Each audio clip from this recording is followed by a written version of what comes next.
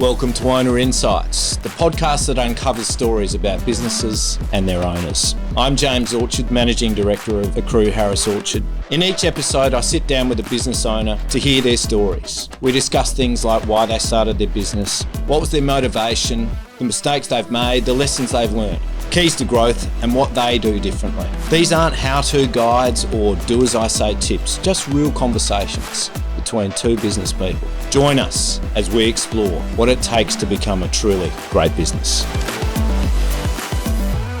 Libby Prell, welcome to Owner Insights. Thank you, James. Thank you very much for joining us today. You've been slightly elusive. That might have a fair bit to do with the fact that you live in Alice Springs. You're obviously doing a lot of travel, not just here to Adelaide, but to Darwin for work, Coffin Bay, where you've got a beautiful place and you enjoy some time. Mm-hmm. As usual, I think for the benefit of our listeners, it would be really helpful if you could tell us about your business, mm-hmm. NT Link. Mm-hmm. How big is it? What does it do? Mm-hmm. I mean, if you drive around in the Northern Territory, it's hard to miss the NT Link badge. We like that. Yeah, sure. Mm-hmm. But tell us about your business, mm-hmm. and if you could also tell us about your co-owner, mm-hmm. Tony Smith, mm-hmm. That would be a good place for us to start. Great. Well, thank you, James, and thanks for this opportunity. And, of course, I wouldn't be sitting here if it wasn't having been in business in the Northern Territory with my husband, Tony Smith, since, well, we met in 80, but since really we kicked off in 1990 as business together. And that has been a ride. We describe our relationship as a yin and yang of what we both bring, and we've actually put it into another more accounting firm, a term that you would like. Tony's sort of brings the tangible things into the business. I bring the intangibles. So, and I'll talk about that a bit more. But NT Link today is the heartbeat of what we informally call the Smith Prell Group. Yep. Don't know why I didn't take on the Smith name when we got married in 89, but I didn't. Very I'm really woman. glad that I didn't. Anyway, so NT Link today is based in Darwin and Alice Springs. We're a transportable building company, mm-hmm. And we pride ourselves on providing turnkey solutions for people for whether it's a housing, a camp, offices, construction, defence are big clients, yep.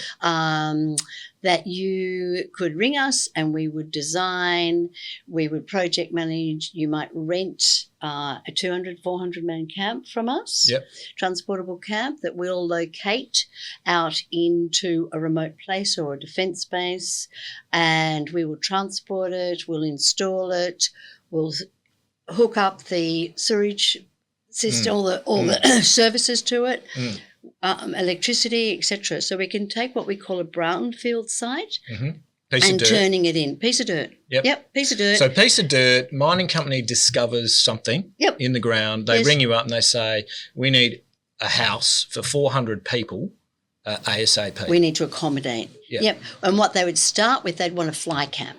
So they would want a little kitchen and accommodation for 20 people while they drilled and explored. Yep. And from that relationship, 10, 20 years later, could grow to going full financial close and a rollout of a 400-man camp, for example. Yeah. That's an extreme. But it does show how we can scale up, and we don't ignore that request for a 10, 20-man camp. Yeah. Because it could become the 400-man camp. Yeah. So you manufacture the buildings in Darwin? We manufacture, and we hold a fleet of approximately 800 transportable buildings in our rental fleet. Yep. But you might also decide, we've had a client recently who are cashed up and they're actually purchasing. And they want to own it. Right. They don't want to rent it. Okay. Often it's an expense that they'd rather expend and not have sitting on their balance sheet. And that's got to be good for you too, right? We don't mind. We don't rent much ourselves because we know the returns you can get on renting an asset, rental of an asset. Yeah. So you're talking massive dollars to manufacture really expensive transport on bad roads and then big assets sitting on the ground. So I'm guessing there's a fair bit of financing. Yeah, that. I've been like this, best friends with the banking relationship I've managed, held very closely, and that's been very interesting over the years. Today, and then from that transportable building has grown a property portfolio, commercial property portfolio, and a staffing today of about 70 full-time equivalent. Yeah. So turning over, 35 to 50 million. So where would that sit in Northern Territory businesses? Do you know? It's probably it's up there, but not at the top. Top 10? Possibly top 10. Yeah. Possibly, there's some big defence spending in the Territory. Yeah. And if Tony, who was sitting here as the business development and projects arm or director, we'd be lost and following down the enormous opportunity that's coming at the Territory, Beetaloo Basin, Arafura rare earth, KGL copper, like we're really about to hit a huge resource boom. And that's because of the AI boom? No, that's because of worldwide tension. Yep. And also relationships with China as the prime owner, for example, holder of rare earth. Yep. So therefore America and the federal government have gone into relationship with the American government to underpin development of rare earth. And their Arafura mine, which is 180 kilometres north of Alice Springs, is a very strong deposit. So you are the end destination of Donald Trump and Anthony Albanese signing that agreement over rare earths. Wow. Yeah, it's so raw. That's one of the things for me with the Territory. It is so raw, it's so real, and that's before you even consider the joint defence between Australian and American governments. It's Pine Gap. Because in Central Australia, the wide open skies, it is ideal. Pine Gap, the joint defence relationship we have, that's where they tracked Chernobyl. Was from there. Yeah. So when Twin Towers, the most I have felt was when Twin Towers were taken out. Yeah. And I thought, whoa. We can see Pine Gap from the Alice Springs Airport, correct, can't you, when you've come into to land. So it's really raw, as is the defence in the top end. All the Tyndall and Catherine development and work that goes on there, they're massive mobilisation. So that's a really significant business that you're operating and owning now. Can I go back to the start, because I think it's an interesting start? You grew up in country New South Wales. You went to boarding school in Sydney. Mittagong, yes. And then you end up in Uluru in 1980. What happened there? Why did you go to Uluru in 1980? Well, I was fourth child in a fourth generation, beautiful upbringing, country New South Wales. Couldn't have asked for more. But there was just never satisfied, always questioned. I was the kid in the boarding school that was asking, how is it we're sleeping here comfortably and warm and it's snowing outside and kids are sleeping on the street? How does that work? You were thinking that in boarding school? Yes. Really? I know. How to shut up a dormitory of girls and get everyone to go to sleep. Yeah, they would have been thinking about a whole lot of other things. Other things. And that was pre-social media. And I'm still looking for that answer, mind you. Yeah. So but now I can look back on that, and also I reflect on being the fourth child, third daughter, of how is it? It's not okay for my brother to have a predestined life of taking on the farm. It wasn't about, I want the farm. It was, who are you to tell him what he's going to do? So there's some of this stuff when you've got this much white hair that comes out in us that we go, actually, that really goes right back of what my story is today. Yeah. So never been good at being told what to do. Tony would affirm that. So I go wanderlust. I did a couple of years in Sydney and that didn't fit. Came across actually to Adelaide in 1980. Hitchhiked from Melbourne, ended up driving the guy's car down through the hills because he was sitting in the back seat drinking beers. Hung out in youth hostels, hung out in Adelaide. All stuff that I'm sure your months. mother was thrilled about. Well, they didn't know. In 1980, we had, which made it even better for you. We had the option of dropping into nowhere, not all this contact. So Mum didn't know. Yeah. Anyway, ended up Adelaide. I went, not sure this is what I'm looking for. But people in the hostels were talking about this place, Central Australia. Yep. So a school friend came over. We hitchhiked up through the Flinders Ranges as you did, and we took a month to get from here to Alice Springs, Adelaide to Alice Springs. Old Gan, out of Murray, just amazing. Brilliant. Flinders Ranges, loved it. Ancient, uplifted. Antiquity of those ranges is recorded in my diary. So when the Old Gan goes through Heavy Tree Gap in Alice Springs, here again are these ancient uplifted ranges. And I go, what? How good is this? Anyway, Sal and I were looking for work. We were broke. And then as we're wandering around Alice Springs, we go into the Commonwealth Employment Service, and some of us are old enough to remember that who went in there, that they had little white cards, and they're advertising for positions at Uluru Motel, housekeeping and barmaid. We went, oh, that'll be fun, and we'll get a free bus trip to go down there and work. So we ended up down there, and here's this dashing, laughter bigger than his rock, moustache, handsome man called Tony Smith, who was the owner. So that was a whole lot of fun. They asked me if I would do the office, and we're talking radio, telephone. Okay, hang on a minute. Hang on. So there's Tony. So is it love at first sight? No.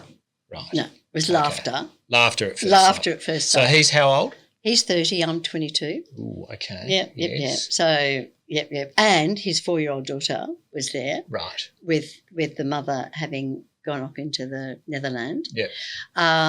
So you get a job there. So get a job there. Yep. Say, look, I'm really happy doing hospitality. You get somebody else for the office. It'll be there for 3 months because I'm only staying for a month. Yep.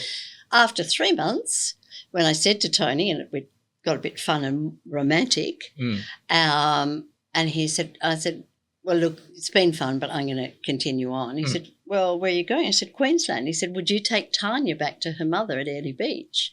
I said, sure. Tanya's the daughter. Tanya, his 4-year-old daughter. 22-year-old taking a 4-year-old daughter back to Airlie Beach. Yeah. Right, interesting. I was probably 23 at that stage. Okay. I think I might have had a birthday. Right. And I remember him handing me the airline ticket. He said, I'd have to pay a flight attendant. So I can pay your airfare. Well, this is getting better by the minute. I remember him handing me the airline ticket, and it's got a return coupon. And I said, I don't need a return. He said, oh, well, you could cash it in, or maybe you might use it one day.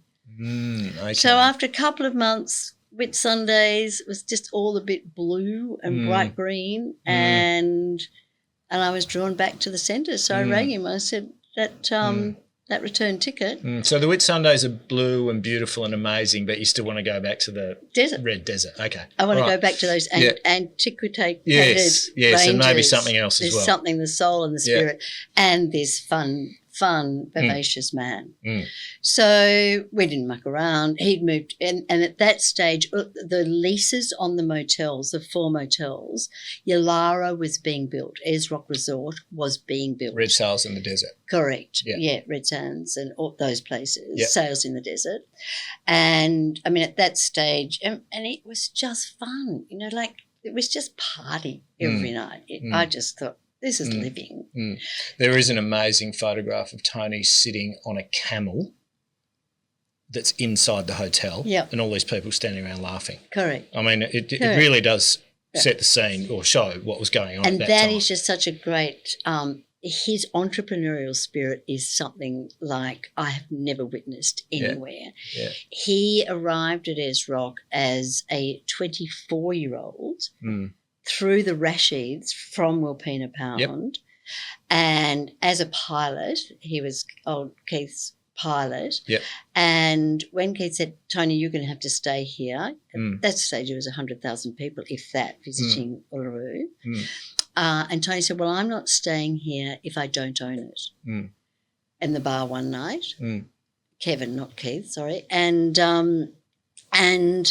so a month later, he got a phone call saying, Kevin wants to know where to transfer the shares to. And Tony goes, right. And that was bang, 24. He thought, okay, I can do that. And he went into the Bank of Wales in Alice Springs to get a $5,000 overdraft to buy steaks and beers, to be told we don't lend to people under 25. So thank goodness his mother had a bit of money that she could help. And then when he looked right into the shares that had been transferred, he discovered he had $40,000 of creditors in Alice Springs. Right. So he's he's incredible, convincing, passionate. So he sat with his creditors and said, I can trade my way out of here, but you've got to give me supply. And he did. And he did. So he's learning. And then... So he's 30-odd, now. And so that's the first lesson. I was still at school when that was happening. Oh, okay. So sorry, that was before all that, right? Yeah. But that's his first lesson in business. Correct. Is he buys a business, doesn't realise there's $40,000 in creditors, which back then would have been a lot. So he's basically bought a business that's a liability. Correct. And he's got to trade his way out. He's got to trade. Yeah. So he identified his point of difference in those 4 motels. He realised how many staff there were and the party nature that there was, and he became the party bar. Yeah, right. Thus linking back to being on the So he formed a camel. Niche. Yeah. Okay. Yeah, saw the opportunity, went for it, created it. So if we're going to keep this to an hour, we better get this moving. So let's go to how and why did he move out of that? And so you're on the scene by now, and take us through the transition into NT Link, which is a completely different business. Yeah, so transportable buildings for Tony. Tony sees past the horizon, is what I say. And he knew that the market was growing and he needed more rooms than what he had at Uluru Motel. So he came down and sat with ATCO, the mother of transportable buildings, and designed with them a transportable motel room. And by the time we closed Uluru, we're now in 84, so we've gone from 80 to 84, we pulled out 30 rooms, 10 buildings that were transportable buildings. Right. So that was his. And Tony's solution-driven. He loves fixing things, finding solutions. Yeah. And transportable buildings are his mechanism to do that. So how did he fund that initial he had purchase? The trading with Uluru Motel at that stage. So that all wound up. Then he got a bit ambitious. Yep. And he chose to put a very successful business in Uluru Motel into what was called the Tourist Group, to be the first public company in the Northern Territory. Okay. He lost the lot. First round. Wow. Yeah, lost the lot. So how? How did he lose? That's another hour's story. Right. But if I can say to you, don't go into business with your accountant. Right. Yeah. Well, it's pretty safe to say I won't do that. But he learnt how shares trade. Yep. And he learnt what overhead expenses are. Right. And head office expenses are. Yeah. Yeah, and so it was very mean. But that was fantastic learning. Great setback, if there is such a thing. I'm sure there is. So now he's lost everything, but he's got an idea as to... Doesn't stop him. Well, he's got an idea as to what the transportable might be able to do. Correct, yes. So where does he – how does he go from having nothing to building that? He then starts he created Territory Transportables with a few second-hand buildings through the 90s. And then that was Territory Transportables. He had an old truck. He was doing a few offices. He started and then he also buddied up back with ATCO and was their agent. but he could not bear them getting 70% of the revenue and he only getting 30%. So that's when he started collecting his own stock, building up his own stock. Okay. And by then he'd absolutely cracked how to convince a bank. Firstly on he's no fear of borrowing money, Tony. No fear of borrowing money. Yeah. I think since that first setback, at 24. So he slowly built that out. And it was all going well. And then 89, the pilot strike absolutely brought the territory to its knees. Because tourists stopped coming? And food couldn't get in. And tourist mostly. But it really, and you've got to remember that the tourism boom in the 80s was we were hot, literally hot. First Sheraton, second Sheraton from the Wentworth was Ayers Rock. Yeah, right. Second casino to Hobart was Alice Springs. Yeah. So Alice is hot, you know. Its centre was the place to go. So it was really sort of happening. We went from having 4 or 5 motels in Alice Springs to 25 overnight. So it was all really happening. Tony's building up his buildings, got an old truck, moving them around, and then the Alice Springs to Darwin Railway line is announced. Tony gets very excited with a big project coming and we've overcapitalised. Our backs against the wall. Yeah. In comes the second hit. We had to sell to Fleetwood. We'd kept control, but we had overcapitalised. So what do you mean? And the project didn't happen. The delay. You've borrowed money to buy all the transportables. Yeah, and trucks. And that might have only been 50 of them as opposed to 750 today. But so we were in a forced sale position. Yep. We sold to Fleetwood Portables, but part of the Alice Springs to Darwin Railway was they had to have a territory-based business. Yeah. So Fleetwood and us did an informal joint venture, is what we were courting towards. But they left us with our couple of trucks and our install crew, but took over the rental fleet. Yep. And Tony did a 2-year contract with them. Right.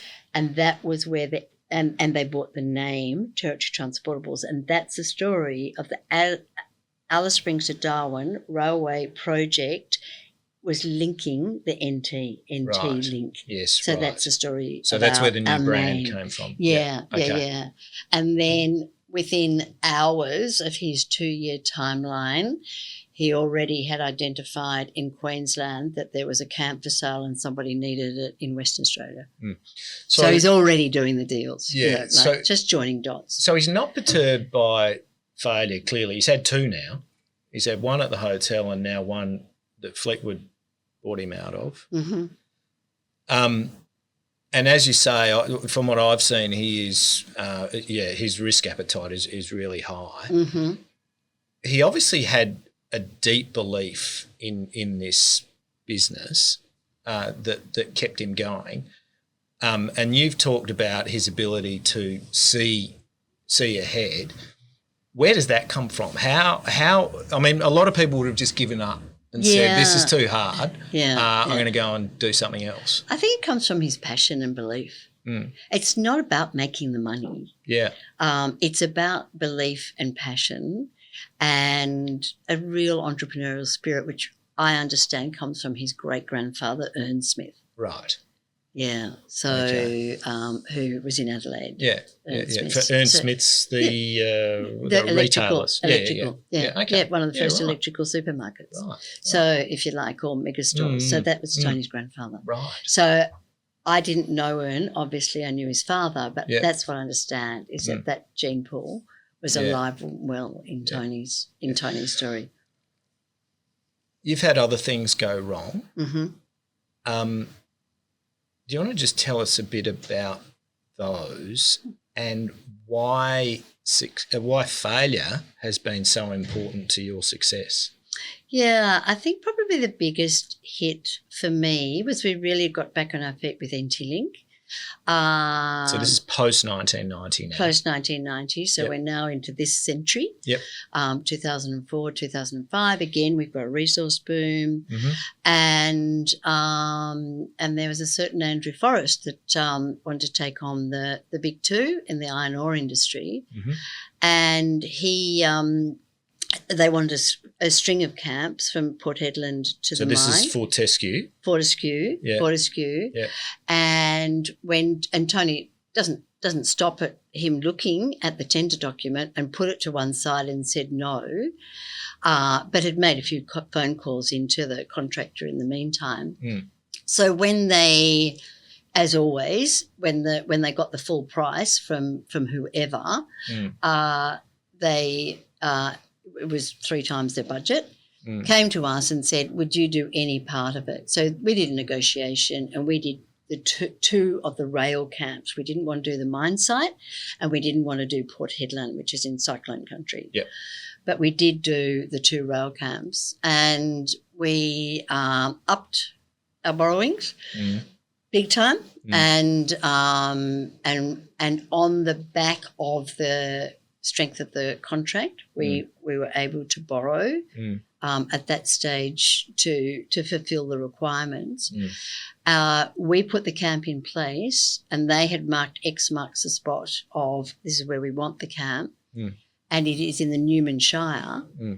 And then in April 2006, a dry cyclone, Cyclone George, hit that camp. It came 100 kilometres inland, 110 kilometres inland, and wiped that camp out, and 2 people died in it. Wow. So that's when I stepped in and did my law degree, and really it wiped us out, basically. Not insured? Yes, it was insured, but we insure differently today. But that, for my biggest learning around that, James, is the importance it is as a business owner of our partnerships. Our partnerships with our accounting firm, with our insurance broker, with our bank, with our legal, we are only as good as those partnerships. And that was our big learning there. We had a formidable team around us because it was on. It was truly on. So that's when you were really leaning on your insurance broker. Insurance broker, everybody. Yeah. And we had suite after suite after suite, whether it was third party, bank, we just managed with careful communication, and team went in and negotiated to buy what was left of the camp, so that cleared us there. But what was extraordinary was a meeting in Adelaide that I had, this is 6-7 years later, arguing out the insurance, and with my own insurance company had a QC interviewing me, treating me like I was a criminal. Trying to get out of paying. Yeah. So this is 6 or 7 years later and you still haven't been paid. Correct. So what we learnt from that is the importance of record keeping, systems. I have a saying, it's a bit cruel, but it took Cyclone George to slow down Cyclone Tony.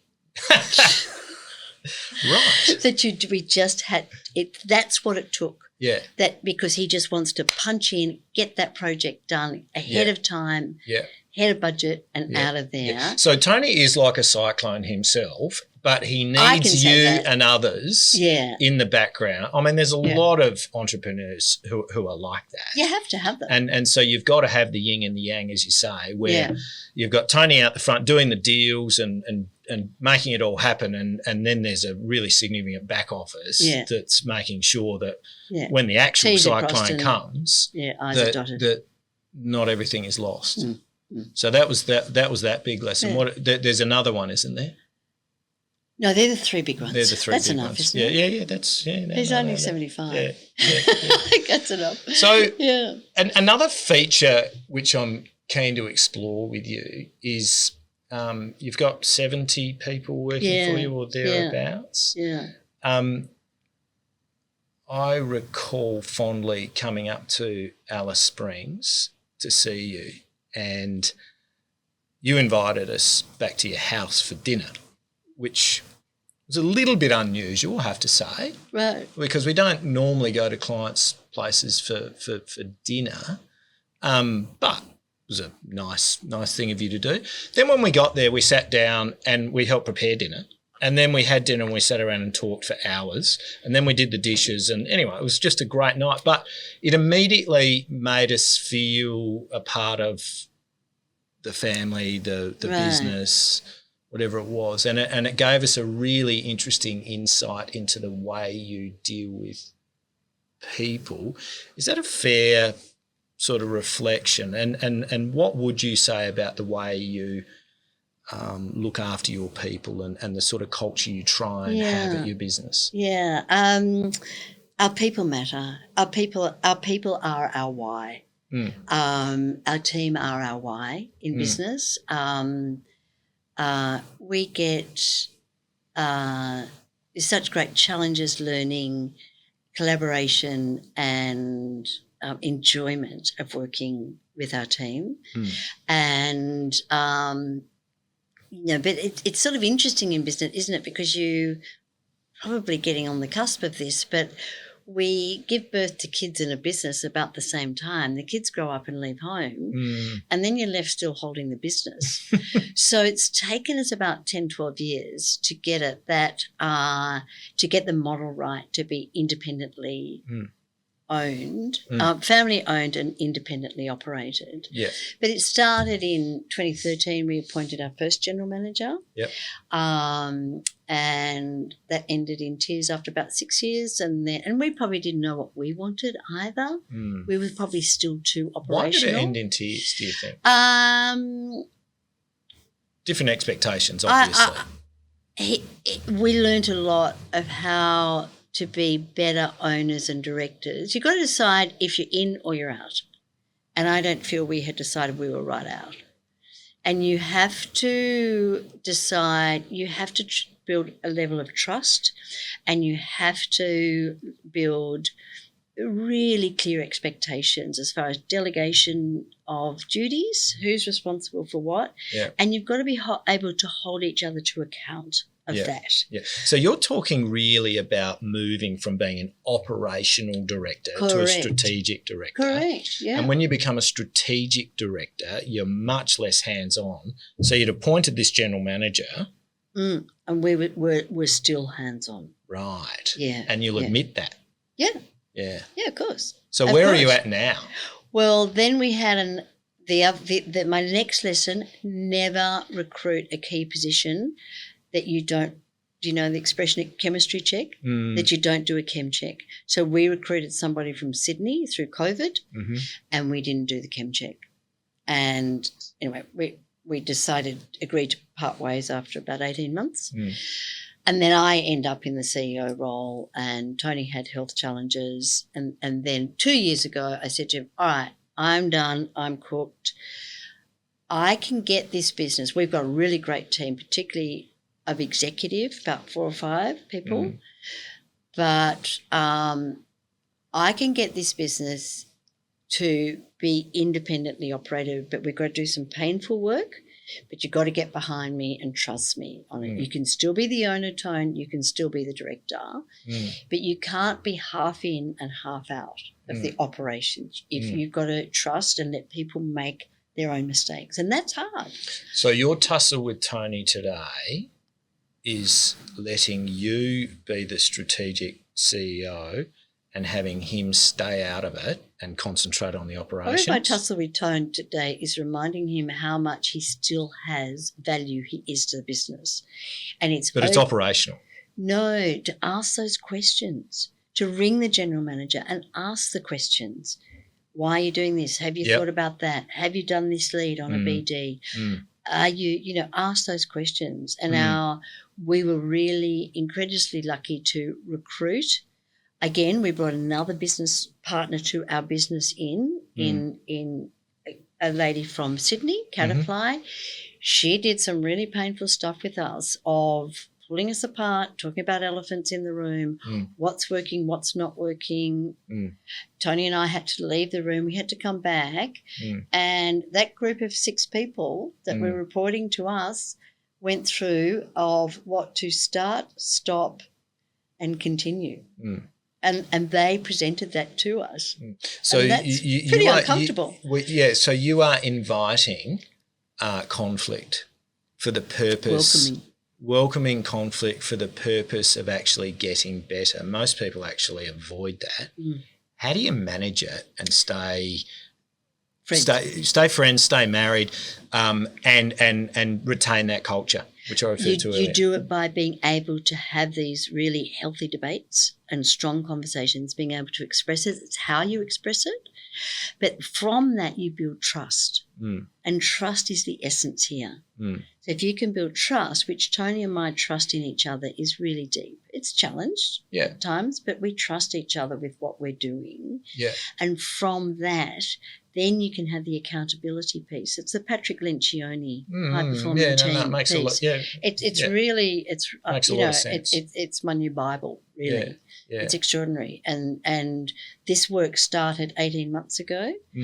We did 360s. The 9 of us did 360s on each other. 9 in your executive team? Tony and I, and we were sort of one team, really. Even though we were the owners, we were one team. And then there were 7 others. And 7 others. And now we clearly got a structure. I said, look, we're happy for the business to keep continuing to operate. However, we need a new structure that Libby's not the CEO and we don't have 7 people reporting to her. So the model we collaboratively came up with was a general manager who has and my chief financial and strategy officer. They're the directors' representatives and they have 5 direct reports to them. Right. So you're not the CEO now. No. Talk me through the chem check. Really interested in that phrase. It's a great phrase. On the person that you brought in. How do you do a chem check?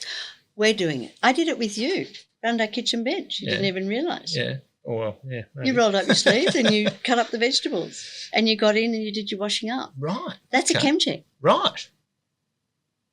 So I've done it with legal. I've done it with legal when my erstwhile our legal advisor retired and he gave me two people to talk to, one in Darwin and one in Alice. And I said to both of them, I said, you're both qualified to give me legal advice. What I need to measure, what I need to work out is who's our style, what's the chem check on us? Like who gives us the information, the feedback, what we want that suits us. It doesn't mean you're right or wrong. It's just what works for us. And anyway, I thought it would be Y, but it was X. Y sent me a bill for $5,000. X sent me this tabulated, very complex defence contract. I sent them.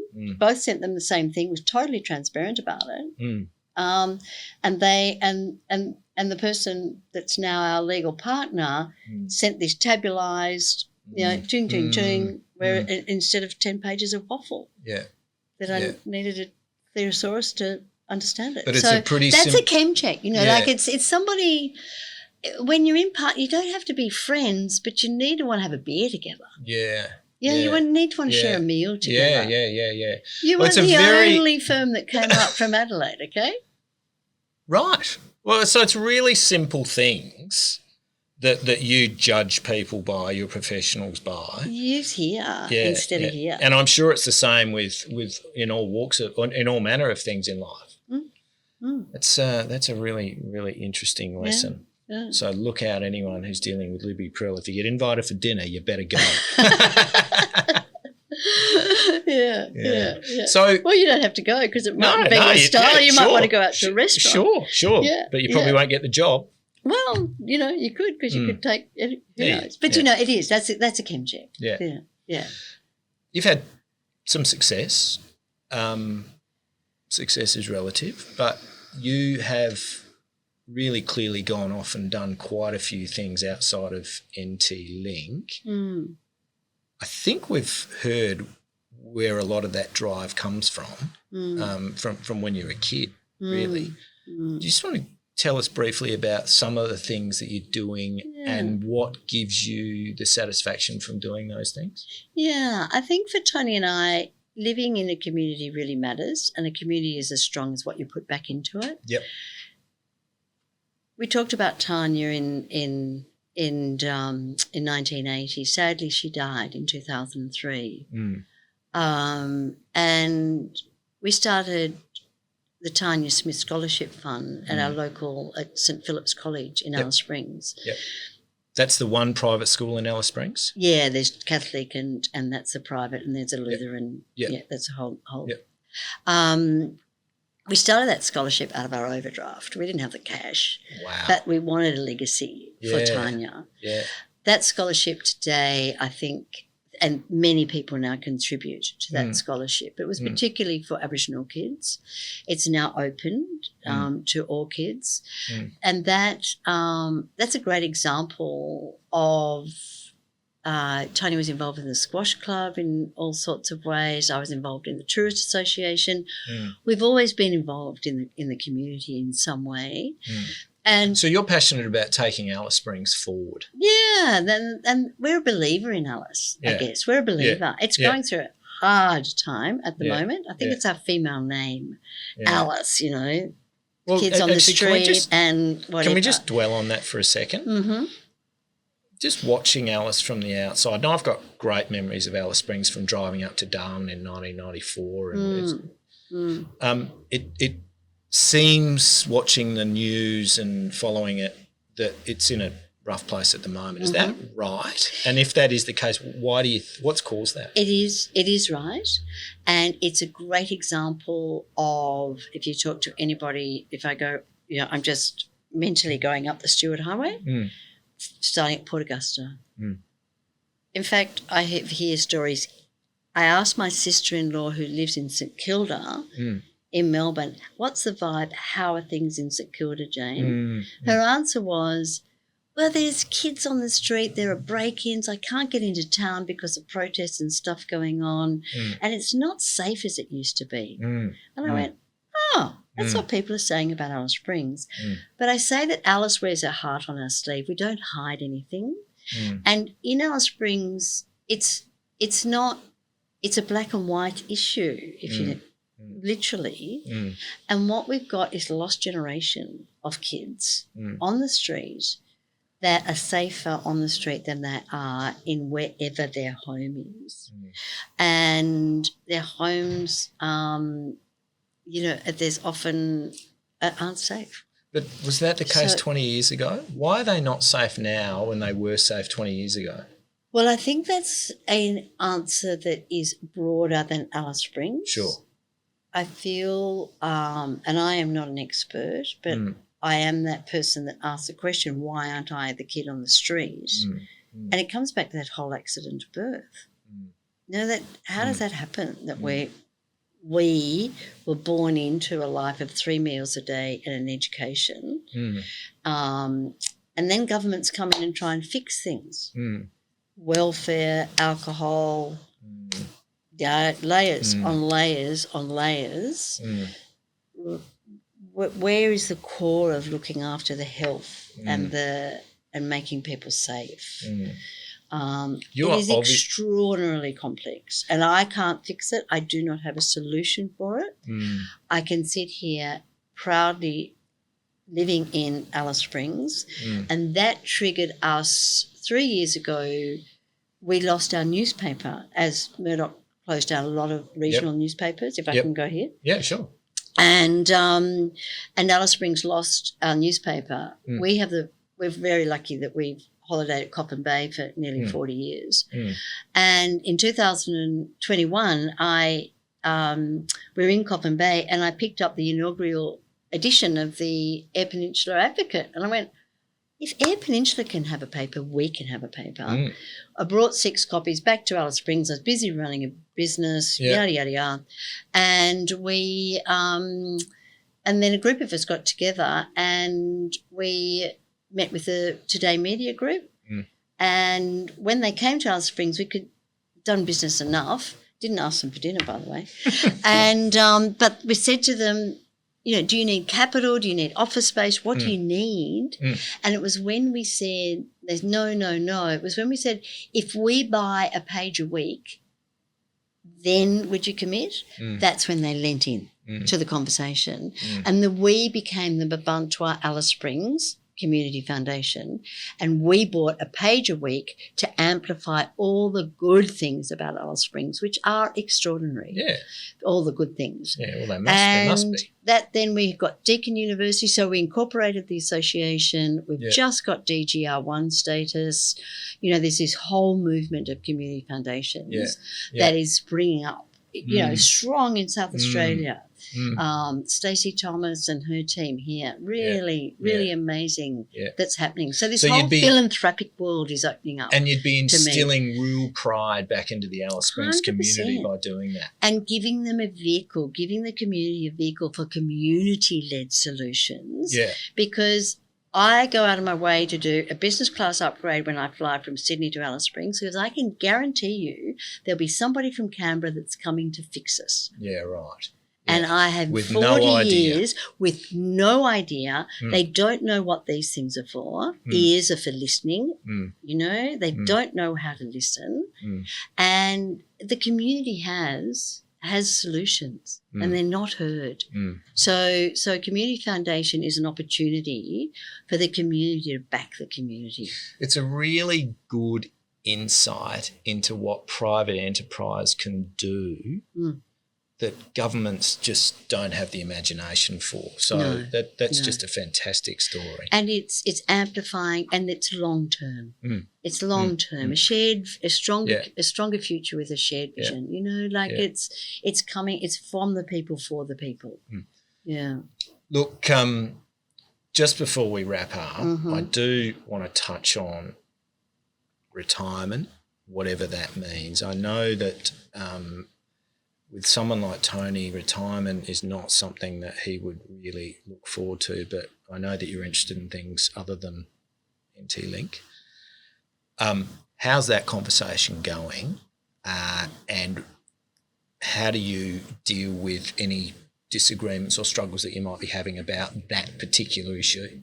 Tony seems to have a list of tangible projects, and I've got a list of intangible projects. So Tony's got a couple of little projects he wants to finish, knowing that he can't do the NT-Link projects because he can't be operational.